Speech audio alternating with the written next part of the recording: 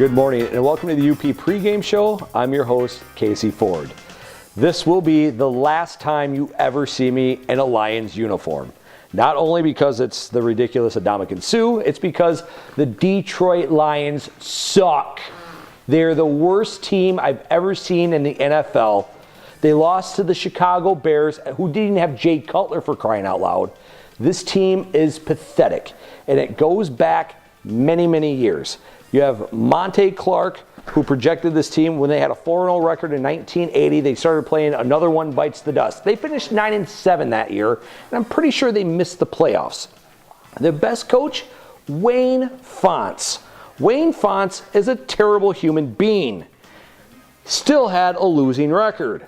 You have to go to a guy named Schmidt. That was well before I was born, probably in my dad's generation in the 50s, that actually had a winning record as a Detroit Lions head coach. You run guys away like Bobby Ross and Gary Moeller. I'm not really counting Dick Duran because he was an interim coach. Other guys like Marty Mornhinweg has had a lot of success as an offensive coordinator. Jim Schwartz, a lot of success as a defensive coordinator. And people thought Jim Schwartz's teams were undisciplined. Have you looked at this year's Lions team? Unbelievable with the idiots on this team. It's embarrassing to watch. There's a flag after flag after flag in these games. I'm embarrassed as a fan, and they got the Eagles coming up at Ford Field, and a guy named Carson Wentz who's just gonna annihilate them. The Lions are gonna be 1-4, and there's no reason to watch, and there's a draft pick coming up soon. Good morning. Now that that's out of the way, this is the UP Pregame Show. I'm your host, Casey Ford. This morning's going to be a little bit different. We're going to have one of my good friends and former co-host on ESPN UP, Mr. Derek Main, joining me this morning. We're going to talk more about the Lions. We're going to talk about the Lions and Bears. We're going to talk about the Packers. We're going to talk about the Lions and Eagles. And we're also going to talk about the Packers and Giants that comes up on Sunday Night Football. And maybe the surprise what the Minnesota Vikings are at this point. We're going to take this quick time out. We are live from Rome Inn in beautiful downtown Munising. So we'll show you some pictures of this great facility as well, and what Tom Dolosky has done with this and making this a very family-friendly place, unlike my first 3 minutes on the show this morning. You're watching the UP Pregame Show presented by Fox Motors, Big Boy, and the 906 Sports Bar. Your Dock isn't just a beautiful structure. It was the lifeline of the UP. It supported generations of families here in the Upper Peninsula. It's also a representation of the people. We're strong, hardworking people that are in for the long haul together. I'm very fortunate to be an artist in the Upper Peninsula. To go out and experience the history here and then come home and put it on canvas is what I love to do. I'm Steve Baritsky, and I'm the owner of Red Shirt Art. The all-new 2016 Jeep Grand Cherokee, Fox Nagani. Experience the difference.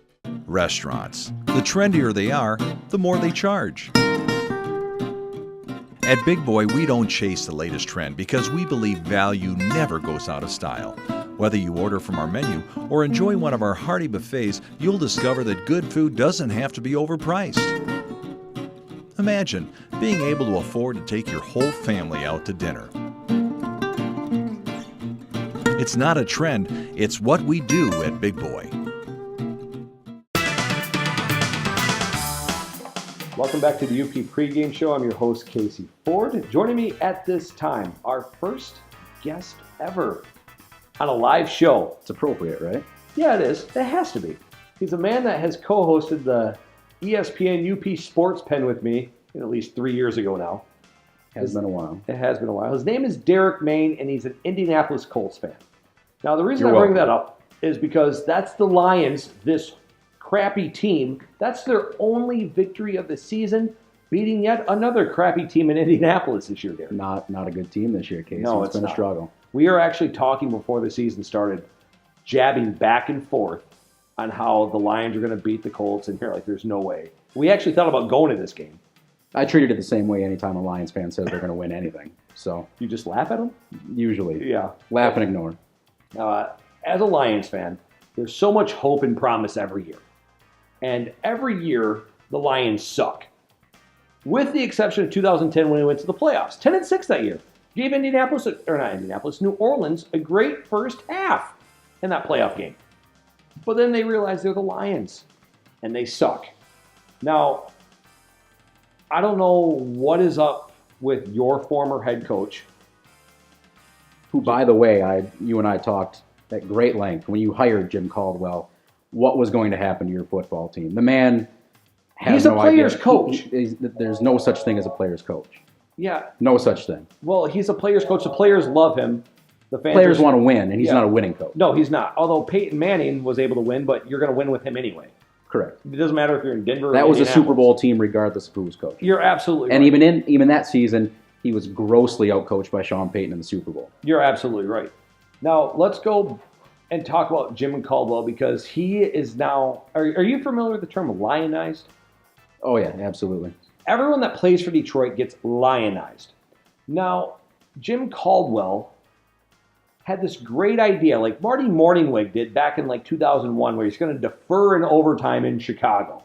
A lot of weird things happen in Chicago. Defer in overtime. You take the wind, right? Yeah, you got to take the always wind. take the wind. Why not? But you take the wind in Chicago. Kelvin Johnson doesn't complete the process in Chicago in 2010. Do we even know what a catch is yet? No, we still don't. That was Des Bryant had a catch in 4 years Green ago? Bay. 5 years? How many seasons ago was That that? was in 2010. So, yeah, we're now 6 seasons later. We still don't know what is a catch. And now Jim Caldwell decides, it's for the team's best interest to sit Golden Tate most of the game. I know he's been absent most of the season. It's been just a really weird year for Golden Tate. All fantasy football owners will attest to that. Absolutely. But when you're one of the best players on your team, that's like sitting Kelvin Johnson because he wasn't in the game plan for the week against the Chicago Bears. How is Golden Tate not in the game plan? I know Marvin Jones has done great things, but you don't have one of your best players against Chicago, and then you ultimately lose 17-14. He's been MIA all year. They're their best offensive weapon, and you have an offensive coordinator in Jim Bob Cooter who last year, was supposed to be this. It was supposed to be this renaissance of the Lions offense, and yet they start off this year and they're not utilizing their most talented offensive performer, which goes a long way as to why they're 1-3 at this point. I know Marvin Jones was utilized and he worked with Matthew Stafford in the offseason. Marvin Jones has been an asset. Had a couple of huge drops in the Chicago game, ones that hit him right in the numbers. But when you game plan for Chicago and you're trying to get back to 2-2, probably should be 3-1 at this point. Stafford's put up great numbers, with the exception of Chicago, where he threw 2 picks. He's thrown up great numbers so far this year. How do you keep a guy, one of your best players, how do you not put him in a lineup and essentially bench him for a game? Well, especially at this point when they've already lost their number one running back. Abdullah's out for the year. Marvin Jones showed flashes in Cincinnati, but let's face it, we all kind of know what he is. He's going to have his big game potential, but he's not a 16-game top wide receiver one kind of guy. He's going to be much more productive playing off of Golden Tate if they can find a way to get him the ball. I don't know what the offensive mindset is. I don't know if Stafford simply. What are his targets this year? They're hard. They're just. Have you watched them? Why aren't they throwing him the ball in general? Is it? Are they rolling coverage? What is the defensive coordinator's mindset each game in taking Golden Tate out of the game, or is it simply Stafford's found this relationship with Jones and that's where he's forcing the ball? Ebron's caught more balls to start the year than he did last year. They obviously throw to the running backs out of the backfield more than just about any other team in football. But still, at some point, you need to incorporate your number one wide receiver in the game plan. I'm glad you brought up the running game. Casey Ford, along with Derek Main, used to co-host the ESPN Sports. I like the alteration of the jersey, by the way. Yeah, I know. This team sucks, so I had to put something on. So you talk about this running game, and I've talked with Dan Miller, voice of the Detroit Lions radio network, Sean Belegian, who's also on the radio network, and Rod Bruick. And when you look at this Lions team, they don't have a true running back now. They have Theo Riddick, who was a wide receiver at Notre Dame. He's the running back, and they throw to him quite a bit. You also have a guy like Dwayne Washington, who's running the rock a little bit more now, but he's not a true breakaway type guy. The Lions don't have a running back. The Lions don't have a 20-carry-a-game guy. They don't have a guy who can grind out a clock if they need to run 4 or 5 minutes off the clock. Pick up those tough yards on third down. They don't have that featured back. And not necessarily in the NFL, the way the game goes now, teams can be successful without having a featured back, but The Lions don't even have a guy who can semi-carry the load. They have a third down back as their primary guy who is much more efficient catching the ball than he is running. Like a Darren Sproles type player. Correct. And Darren Sproles has never been a featured back in this league and can't be. No. Guys like him cannot be featured running backs in the NFL. The Lions, when they were somewhat decent after the Barry Sanders years, with whether James Stewart or Ron Rivers or whatever, they had a guy named Cedric Irvin. And yes, some guy from Michigan State is going to get some love on this show. Cedric Irvin name drop. Yes, Cedric Irvin was actually a very good complement to those teams because he was a different kind of back that would produce different things on third down. He wasn't an every down kind of back, but he did some good things in Detroit. Detroit has that with a guy like Theo Riddick. Correct. But you can't have a third down back on an every down play. And Dwayne Washington, yeah, he wasn't a great pickup, but he's efficient. He's not going to be a guy that's going to beat 15, 20 guys either. Not only can Theo Riddick not carry the workload of a featured back, but also makes him less effective in the role that he's supposed to play in that offense. He's not going to be nearly as effective as a third down back if he's on the field for an extra 30 to 35 snaps a game. It just doesn't work that way. Now, this is a pregame show, so we're going to preview Philadelphia a little bit. Philadelphia is undefeated coming into Detroit. Top 5 defense in all the NFL. How impressive have you been with Carson Wentz? For a rookie quarterback to come into this league, Not at a major school.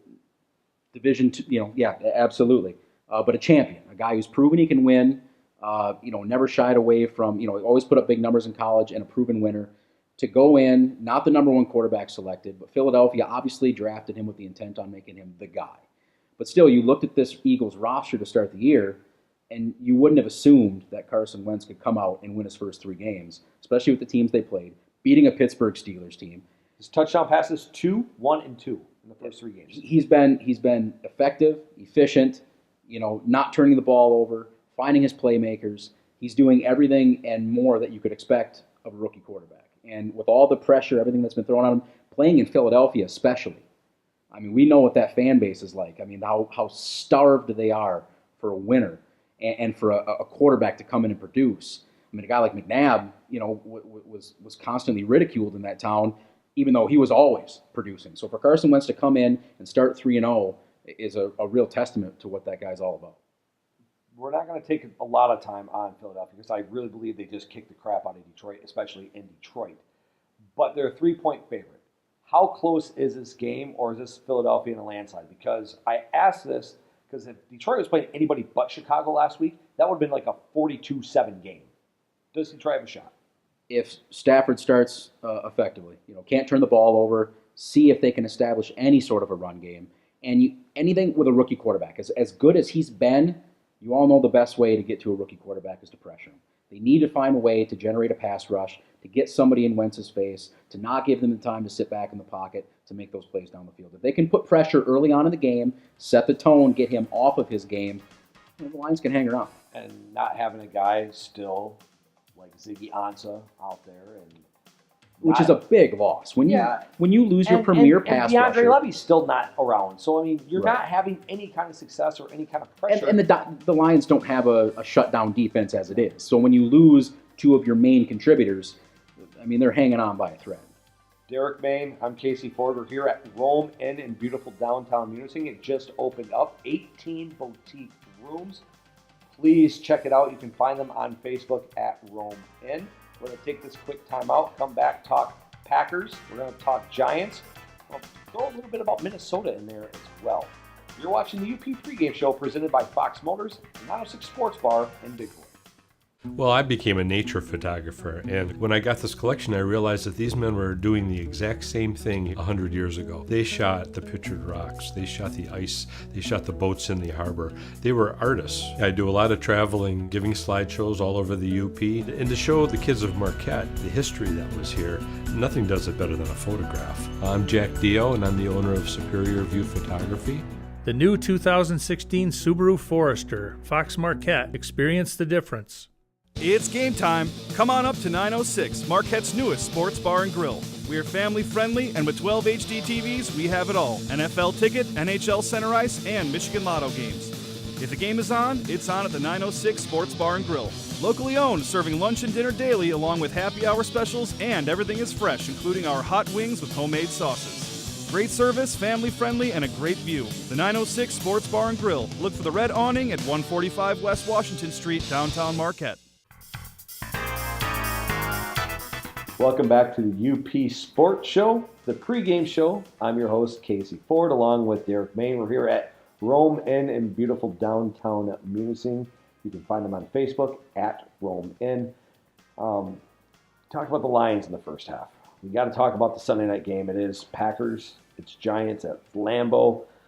I've had some good memories of this game because of what happened in Brett Favre's final year, how he threw a pick, and I tell you what, it was cold that day, wasn't it? Yeah, it was a little cold, and people at Stuckos really hated me when the Giants won that game.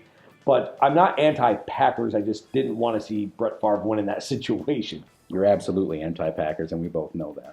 You have an audience, I understand. But I got a big Brett Favre love. It's a ball that's down Is that what that is? Yeah. Okay. Yeah, we'll call that a ball.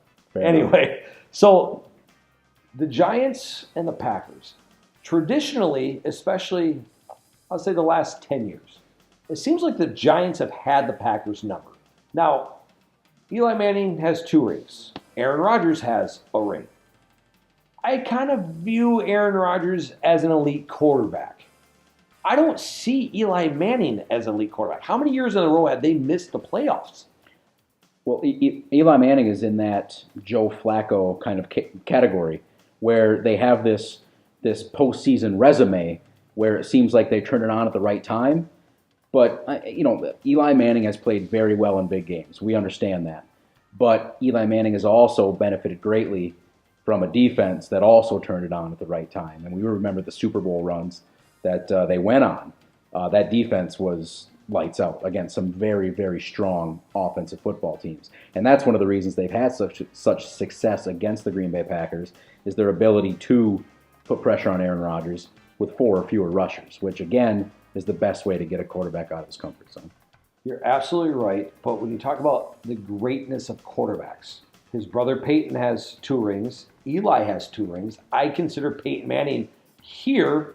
I consider Eli Manning still here. Well, but quarterback is also that position where, the greats, there's several greats. Dan Marino, guys like that had these statistical, accomplishments, but didn't have the rings, where a guy like Eli Manning has the rings, but doesn't necessarily have the MVPs to hang his hat on, and the career totals of his brother Peyton or Dan Marino or some of these other guys. So quarterback, there's always that disparity between winner and stats. A guy like Peyton, he's done it both. He's done both. Brett Favre, the champion, and went down as one of the greatest offensive quarterbacks of all time. Eli is sort of, he's not necessarily a game manager, but at times, it feels like the Giants almost don't want him to give the game away. Because we've all seen Eli become Eli and give his Manning face on television when he makes a terrible decision. So the Giants, I think, are content running the ball, moving the ball on short passes, keeping the ball out of Aaron Rodgers' hands, trying to control the tempo, and trying to create some turnovers on defense. Would you want Eli Manning as your starting quarterback if you're starting a franchise? Quarterback is a hard position to find a go-to guy in this league. As we see with guys like Case Keenum and some of the starting quarterbacks in this league, I would absolutely take Eli Manning. Let's put this in perspective. Forget about all the national anthem crap that's going on in San Francisco. You have Blaine Gabbert and you have Colin Kaepernick. Is Eli Manning an upgrade for the Niners? Would you want Eli Manning to be your quarterback in San Fran? Well, absolutely. Okay. Absolutely. Eli Manning can start for 18 to 20 teams in this league. He's a top 12 quarterback just because of the lack of depth at the position.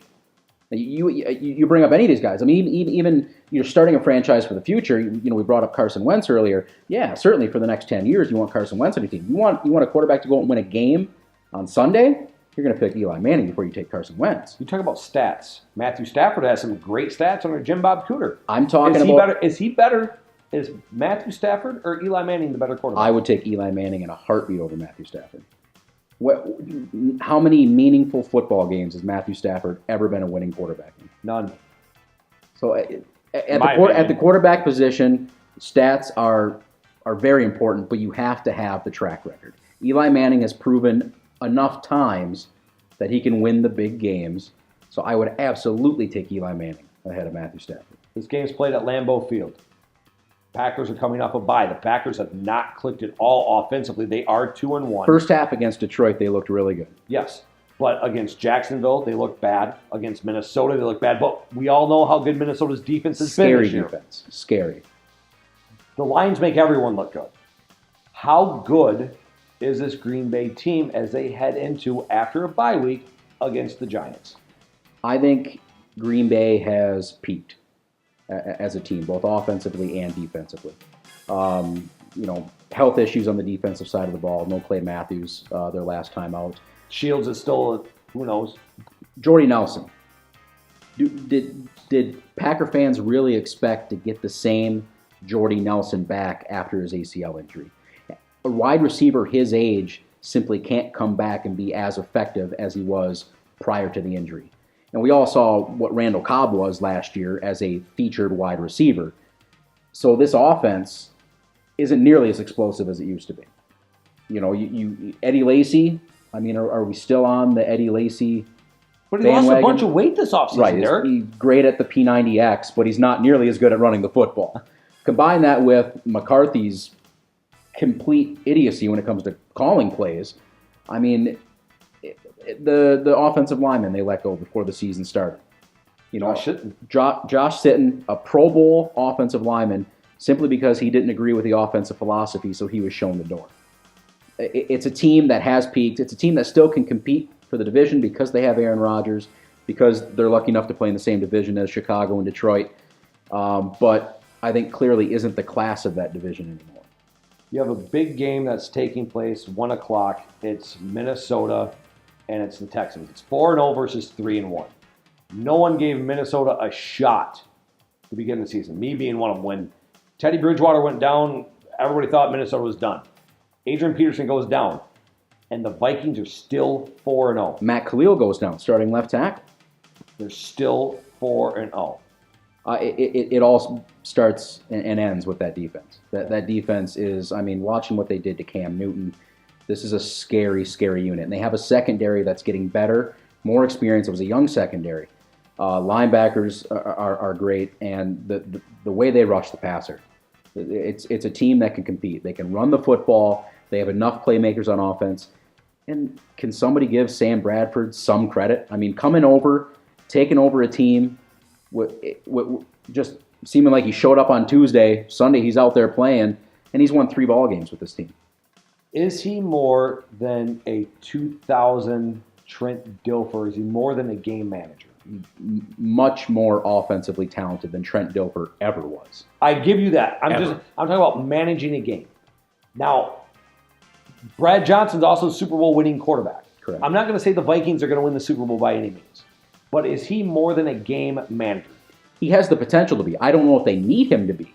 At some point there may be a time where they're going to need Sam Bradford to come up with this big game. But as of right now, he's one may argue that he's a more talented quarterback than Teddy Bridgewater is. Teddy Bridgewater, look at his numbers last year. Nobody averaged fewer yards per pass attempt who started more than 12 games than Teddy Bridgewater last year. He wasn't forcing that ball downfield. Or so. So you would make the argument that Sam Bradford may be a better quarterback for Teddy Bridgewater. Now, again, coming into the system, some of his injury concerns, there's a lot of things where you wouldn't think this necessarily would be a good fit. But what the guy's done so far, he's the most talented quarterback that team has had since Brett Favre. And you come in with that dominant defense, ability to run the football, and a good coaching staff, you have a team that, can make a really deep run in the playoffs. I want to throw the funny out there. The last time the Vikings started off 4-0, they still didn't win a Super Bowl. Was that the Gary Anderson missed field goal year? Yep, but the Vikings have never won a Super Bowl. Correct. Correct. Remember that one year they were 15-1 with Randall Cunningham and Randy Moss. Well, that was when Gary Anderson missed a kick the entire season, and they played the Falcons that year, and inexplicably missed his first field goal of the season. We're going to take this quick time out. We are here at Rome Inn in beautiful downtown Munising, 18 boutique rooms. We're going to take this quick time out, come back and have some final thoughts right after this. You're watching the UP Pregame Show presented by Fox Motors, 906 Sports Bar, and Big Boy. It takes a hero to put themselves in harm's way to protect others. Fox Marquette is grateful to you and your families for your honorable service throughout the Upper Peninsula, and we would like to salute those who serve. That's why we're proud to offer you and your families a bonus cash offer exclusively through Ford. Now through October 3rd, purchase or lease an eligible Ford or Lincoln vehicle and receive $2,000 in Ford bonus cash for active members of an eligible first responders program. See dealer for complete details and eligibility. Fox Marquette, experience the difference. What sounds good? What do you think about the Slim Jim and fries? Ooh, let's do seafood. The fish and chips is my favorite. I know, I'll just skip dinner and get a piece of their hot fudge cake. Boy, you're a big help. Value never goes out of style at Big Boy. Big Boy Marquette, food worth talking about. Final segment of the UP Pregame Show, Casey Ford along with Derek Main. As we conclude, obviously we know that the Colts play the Bears. It's in Indianapolis. I don't think Chicago has a prayer here. Two teams who desperately need a win. Desperately. Yeah, well, you gave Jacksonville their first win. Unfortunately. And the Lions, their first and only win. Yes. So, you have a team like Indianapolis needs a win. Bears, don't know if you have Cutler. I don't know if Cutler will play in Chicago. Do they want again. Cutler? I don't think they do. Does anybody want Cutler? No. So, I'm assuming you pick the Colts. Yeah, absolutely. I'll pick the Colts. Lions, Philadelphia, who you got? Philadelphia gets a win. They are favored by 3 at this point. I think that's a little generous for the Lions because I think they win more than 3. I think Detroit keeps it closer than you would imagine through 3 quarters, but, typical Stafford, he'll find a way to turn that ball over late. All Philadelphia has to do is throw it to their tight ends, and Detroit has no answer for that. And then you have Sunday night game, Green Bay, Giants, in Lambeau. Who you got? Giants really struggled against Minnesota moving that football. You don't know what to make of Odell Beckham Jr. at this point. That he's becoming Terrell Owens before our very eyes. Green Bay, I think, finds a way to win that game. I also agree with that, but I think the Giants are a potential playoff caliber type team as well. You can never figure out that division. No. So it's anybody's division until about week 13 or 14. So at this point, yeah, they're right up there with everybody else. Derek, as always, I appreciate the time. We might do this again next week. Let's find a way to do this. This is the second to last show right here on Fox UP, as they've agreed that we are not going to continue this after 6 weeks. So we'll see what happens next season. Let me talk to some people. Yeah, but we'll figure it out. We will be back for sure next week. You can always find me on Twitter at RealCaseyFord as well, if anybody does Twitter anymore, which I don't think a lot of people do. For Derek Main, I'm Casey Ford. This has been the UP Pregame Show presented by Fox Motors.